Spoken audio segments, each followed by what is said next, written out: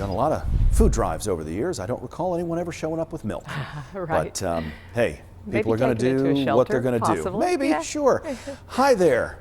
It's the night before, Yeah. and we hope people are ready. We've been telling them all week, and we sure hope that on the scale of this, we're supposed to root for sleet, right? Sleet Yes. over freezing rain. I think sleet is probably the ideal precipitation type if we have to pick one.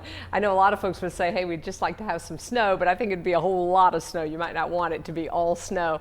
You know, out there today we had a nice day, right? Temps were in the 50s, but as we move forward, we do have that winter storm warning across the area, and we are anticipating things to get kind of sloppy. It's not going to be terribly pretty, and it could be potentially dangerous across the area. So Saturday afternoon, evening, that's when our start time is. More snow and sleet at the onset, and then kind of a changeover to freezing rain, and that could be dangerous for travel as well as power outages. That's why we do have that winter storm warning out, as well as the ice storm warning in the areas where we do think we're going to see more significant icing along that I-85 corridor. It looks like right now that could shift a little farther north, a little farther to the south as well. And that winter storm impact zone, you can see moderate to major across our area. You don't see that very often in our world here in the Carolinas. So the impacts are for dangerous travel. Roads quickly could become snow covered, sleet covered, and icy. Remember, sleet piles up, those ice pellets pile up just like snow on the road, on the grass, and then also some icing in the trees and power lines could cause some outages.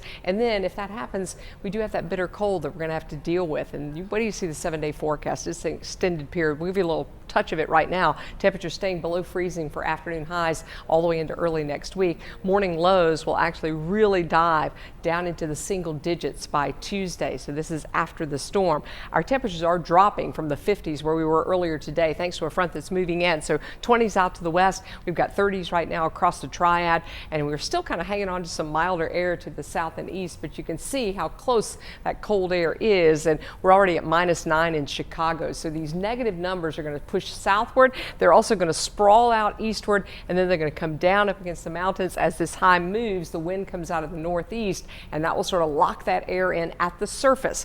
We are going to bring moisture over it. Now you see out to the west, large areas of snow, sleet, as well as freezing rain and rain. So the ice component we think is right on the southern edge of that, and that whole area is going to start to work its way to the east. So in our region, that means places like Raleigh, also in the triad, are going to potentially have that snow, sleet, freezing rain combination. It's more kind of an icing event the farther south that we go, but there is room right in this corridor here. Like I said, it could move a little bit farther north, a little bit farther to the south, where we do think some heavy icing, which would put us at critical for icing, and I think that's why we do have that state of emergency out across the area. So we're going to watch that very closely, that transition time. Our front again is going to help drive in the colder air. That'll take us down to the 20s by tomorrow morning. Then we're going to start to see at least a little bit in the late afternoon, early evening hours of maybe some snow, maybe some sleet. Should be kind of light initially. The snow will be really fluffy and powdery because this is extremely dry air. So you'll get that down on the ground if you do get snow, and some folks won't. And then on top of that, we're going to put that sleet. And so it gets real crunchy then, and you kind of have that sort of stacked up on the roads and on the grass.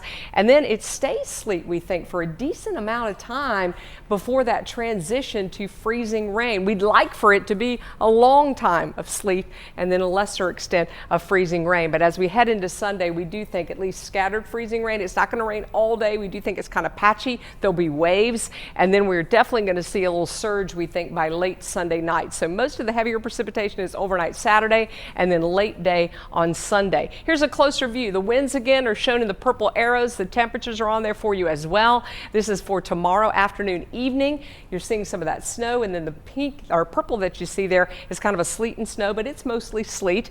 And then heading into the late night hours tomorrow, most folks have transitioned. We start to get some warmer air in at the lowest levels, changing this over to freezing rain heading into Sunday. And you saw that was pretty much covered up the entire night. So pretty steady precipitation. It may be that you go to bed Saturday night with not much. You wake up Sunday morning and it's like, oh my goodness, right? So we're looking at sleet and freezing rain, and that will continue through the day, that freezing rain.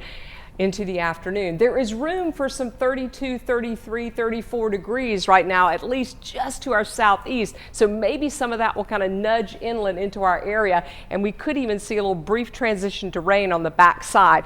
And especially as that storm system moves through, there's some indications that that could happen late night on Sunday. It's not going to take everything away, because what's there we think is still going to be significant, and temperatures are going to continue to get colder. So we do think 1/4 to 1/2 inch of ice across most of the area.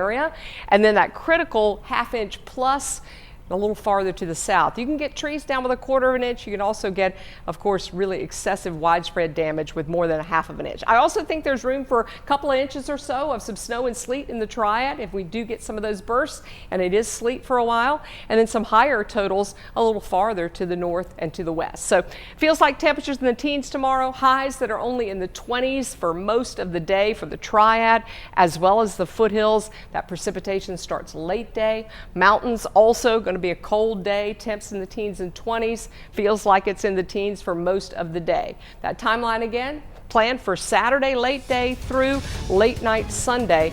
You see the cold air? We've got another blast of cold air coming at the end of the week.